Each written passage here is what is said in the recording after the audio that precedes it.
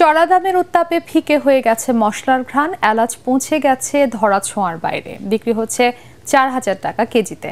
গোলমরিচ, দারুচিনি, পেস্তা বাদাম কিংবা কাজু বাদাম সহ অন্যান্য মশলার দামও বাড়তি। বিক্রেতারা বলছেন, ঈদকে সামনে রেখে দাম বেড়েছে আগেই। ফজল রাবির রিপোর্ট।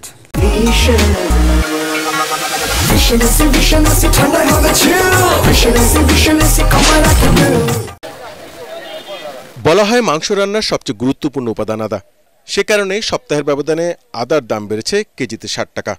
বিক্রি হচ্ছে ২৮০ থেকে ৩২০ টাকায়। ৭০ টাকার পেঁয়াজ বিক্রি হচ্ছে ৮৫ টাকায়। দেশি রসুনের দাম ২০০-র বেশি। আমদানি করা রসুনের দাম কোথাও কোথাও বিক্রি হচ্ছে ২৫০ টাকায়। বাজারে তুগলকি কাণ্ড চালাচ্ছে এলাচ। কয়েকদিনের ব্যবধানে দাম বেড়েছে ১,০০০ টাকা। সাধারণ মানের এলাচ বিক্রি হচ্ছে ৩,২০০ টাকা। একটু ভালো মানের বড় এলাচ বিক্রি হচ্ছে ৪,০০০ টাকা কেজি। গত বছর এই এলাচের দাম ছিল ১,৫০০ টাকা। কোরবানির মাংস রান্নায় আরেক গুরুত্বপূর্ণ উপাদান দারুচিনি, তাই দাম বেড়েছে এরও। কেজি বিক্রি হচ্ছে ৫২০ টাকায়। লবঙ্গ বিক্রি হচ্ছে ২,০০০ টাকায়, জয়ত্রী ৪,০০০ টাকা আর জয়ফল ১,৫০০। ১৫ দিন ১ মাস আগে সব মশলার দাম বাড়াই দিছে। যে এলাচি ছিল ২২০০-২৩০০ টাকা, এখন ৩৫০০। যে ভালো মানের এলাচি ছিল ৩,০০০, এখন ৪,০০০-এর উপরে টাকা। মানে ১ কেজিতে ১,১২০০ টাকা বাড়ছে এলাচি।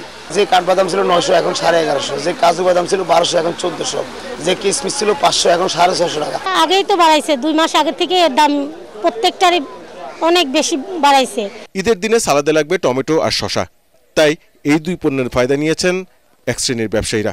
বেড়েছে এসবের দামও। বড় লোকরা কিনতে পারবো, যার টাকা পয়সা বেশি আছে ব্যাংকে, এরা কিনতে পারবো। একটু শসা ১০০ টাকা। প্রত্যেকবার ঈদ আসলে এই সমস্যাটা হয় যে প্রত্যেকবার ঈদের আগে আগে দাম বাড়ে। তবে সবজির দামটা মনে হয় কিছুটা একটু কমতে আসে। এদিকে দাম কমেছে মুরগির। ব্রয়লার ১৮০ টাকা কেজি, সোনালী ২৩০ টাকা। তবে বেড়েছে মুরগির ডিমের দাম। ডজন বিক্রি হচ্ছে ১৬০ টাকায়। ফজল রাব্বি, এটিএন বাংলা, ঢাকা।